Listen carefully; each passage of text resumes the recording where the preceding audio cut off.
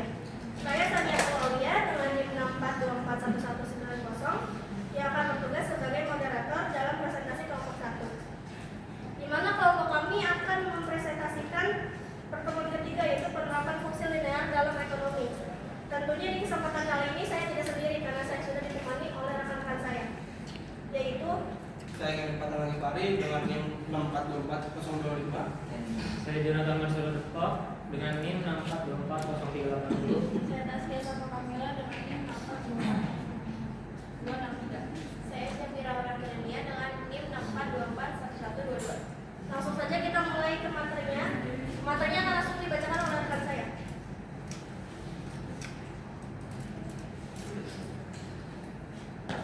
Yang pertama, fungsi permintaan. Fungsi permintaan menunjukkan hubungan antara jumlah barang atau jasa yang diminta oleh konsumen dengan variabel harga serta variabel lain yang mempengaruhinya pada suatu periode tertentu. Variabel tersebut antara lain harga produk itu sendiri, pendapatan konsumen, harga produk yang diharapkan periode mendatang, harga produk yang lain saling berhubungan dan selera konsumen. Bentuk umum fungsi permintaan adalah I sama dengan A kurang dari V.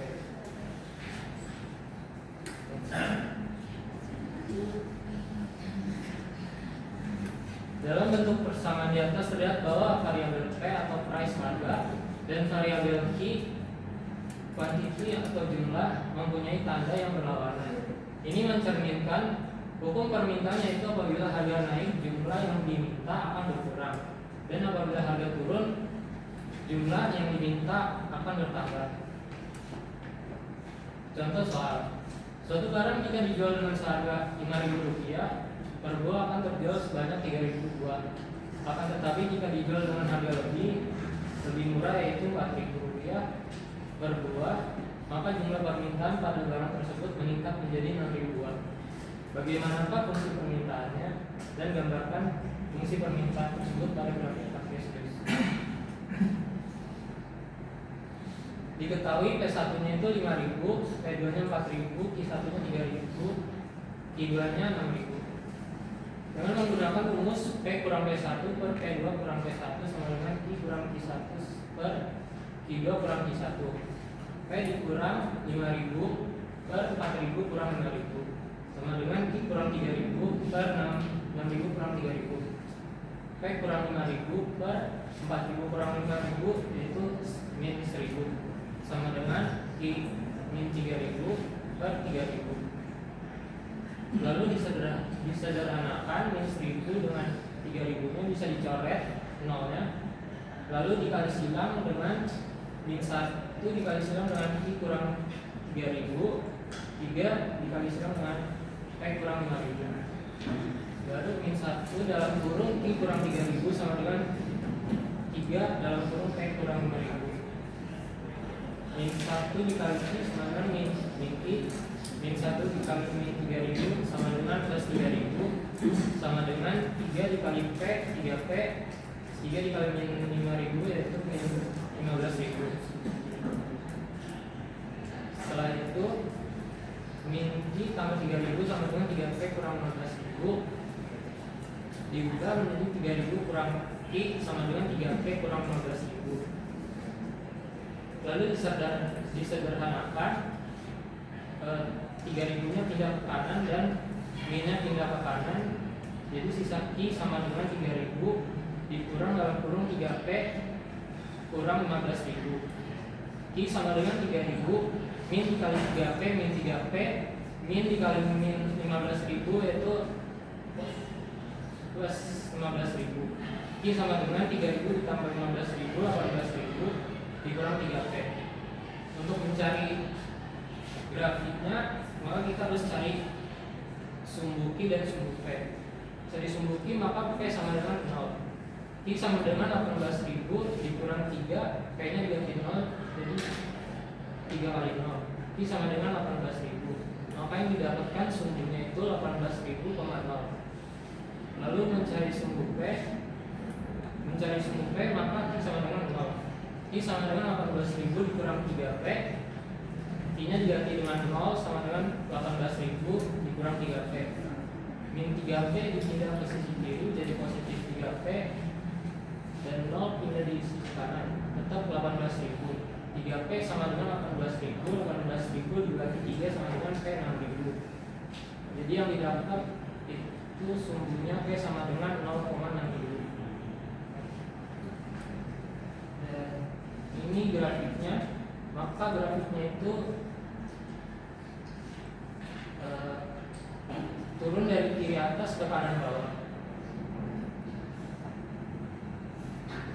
Selanjutnya di sini ada fungsi penawaran. Fungsi penawaran menunjukkan hubungan antara jumlah barang atau jasa yang ditawarkan oleh produsen dengan variabel harga dan variabel lain yang mempengaruhinya pada suatu periode tertentu. Variabel tersebut antara lain harga pokok tersebut, tingkat teknologi yang tersedia, harga dari faktor produksi atau input yang digunakan, harga produk lain yang berhubungan dalam produksi, harapan produsen terhadap harga produk tersebut di masa mendatang. Bentuk umumnya merupakan I sama dengan min A plus BP. Dalam bentuk persamaan di atas terlihat bahwa variabel P atau price harga dan variabel I atau quantity jumlah mempunyai tanda yang sama, yaitu sama-sama positif. Ini mencerminkan hukum penawaran, yaitu apabila harga naik jumlah yang ditawarkan akan bertambah, dan apabila harga turun jumlah yang ditawarkan akan berkurang. Sini ada contoh soal. Diketahui P1 nya 500, P2 nya 700, Q1 nya 60, dan Q2 nya 100. Yang ditanyakan bagaimanakah fungsi penawarannya dan gambarkan grafiknya. Pertama, kita menggunakan rumus P min P1 dibagi P2 min P1 sama dengan I min P1 per I2 min P1.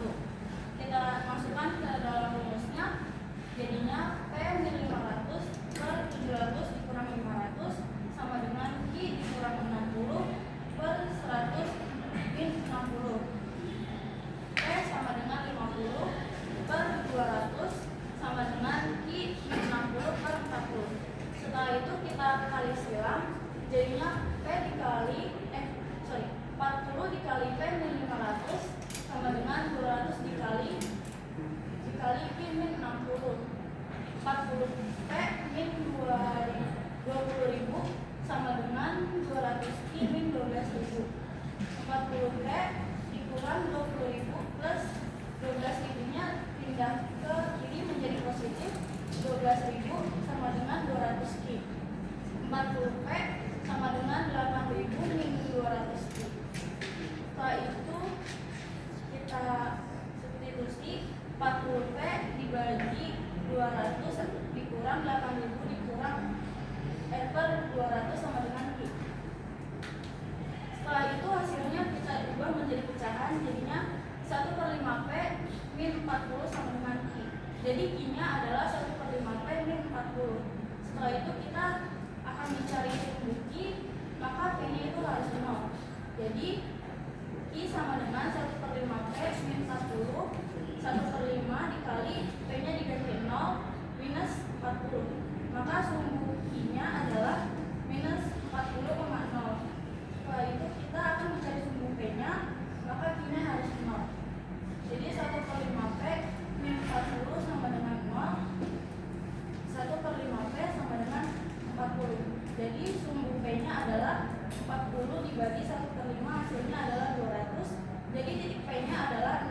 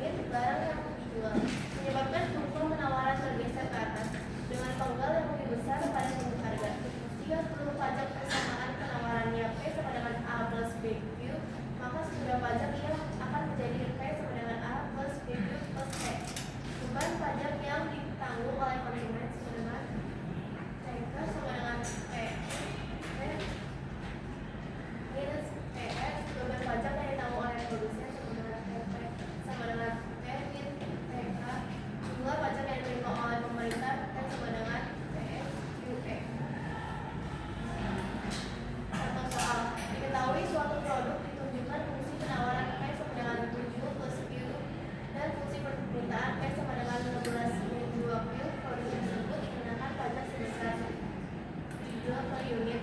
Berapa harga jumlah keseimbangan pasar sebelum dan sesudah pajak?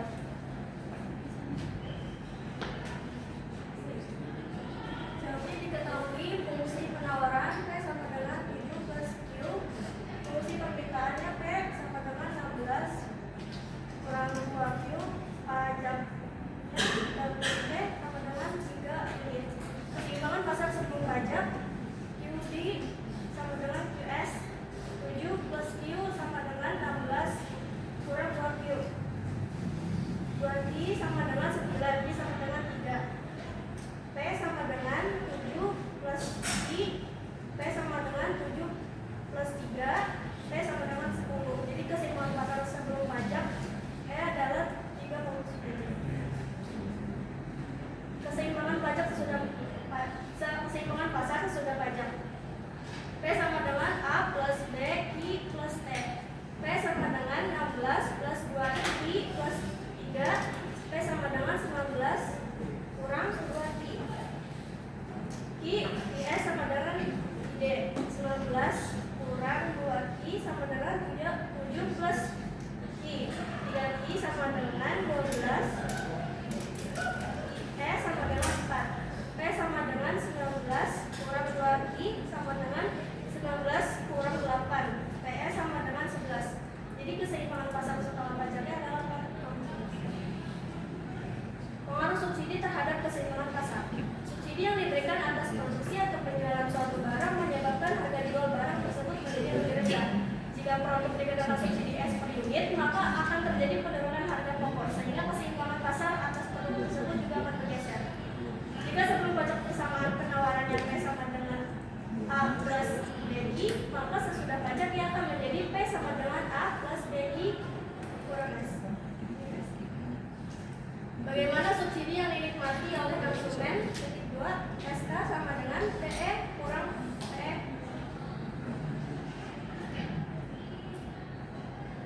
Bagian subsidi yang dinikmati oleh produsen. Titik 2, SP kurang S kurang SK. Jumlah subsidi yang dibayarkan oleh pemerintah. Titik 2, S sama dengan S kali Q. Contoh soalnya, permintaan akan suatu komoditas dicerminkan oleh I sama dengan 12 kurang 2P, sedangkan penawarannya Q sama dengan 4 plus 2P. Pemerintah memberikan subsidi sebesar Rp2 per setiap unit barang. A. Berapakah jumlah dan harga keseimbangan sebelum subsidi? B. Berapakah jumlah dan harga keseimbangan sesudah subsidi? C. Berapa bagian dari subsidi untuk konsumen dan produsen? D. Berapa subsidi yang diberikan pemerintah?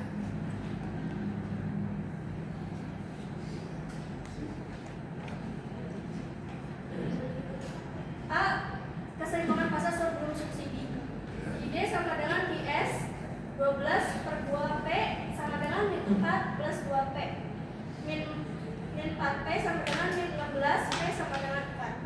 Q sama dengan 12 per 2P sama dengan Q sama dengan 12 per 8, Q sama dengan 4.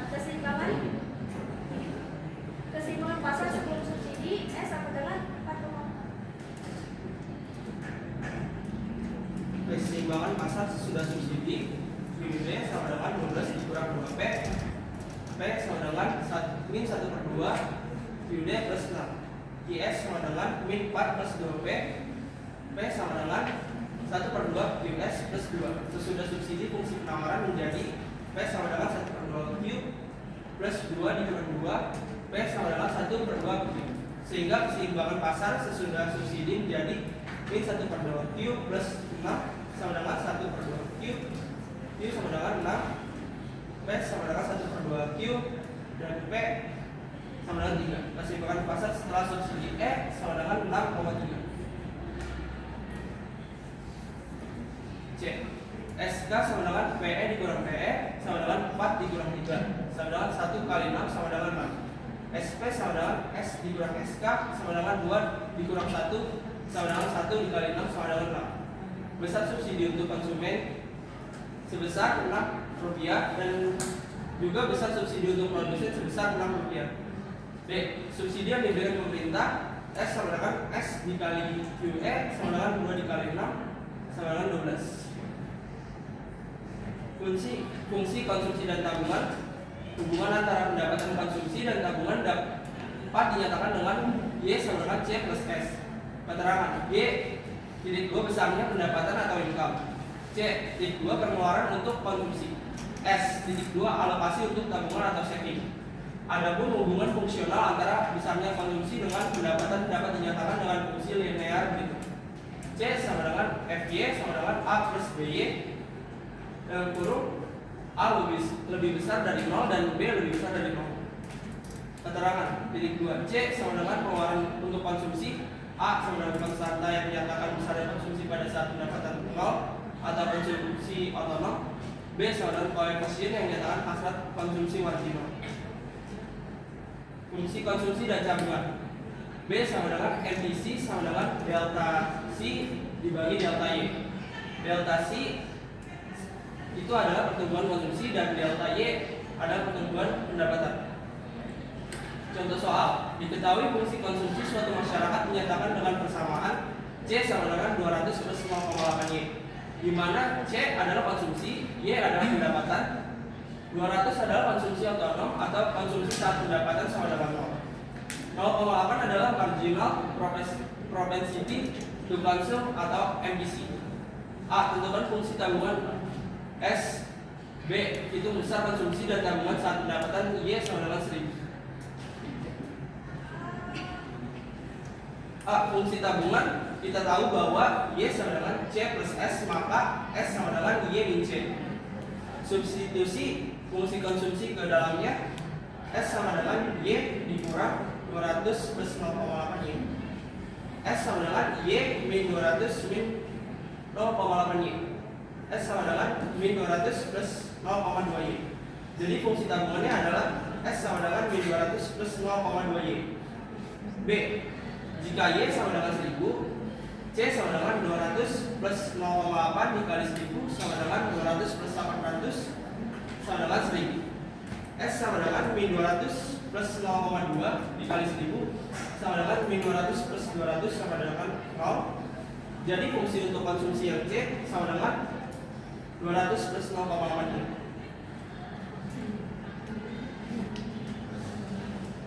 Mungkin segitu aja yang bisa dipresentasikan oleh kelompok kami. Kurang lebihnya mohon maaf. Wassalamualaikum warahmatullahi wabarakatuh.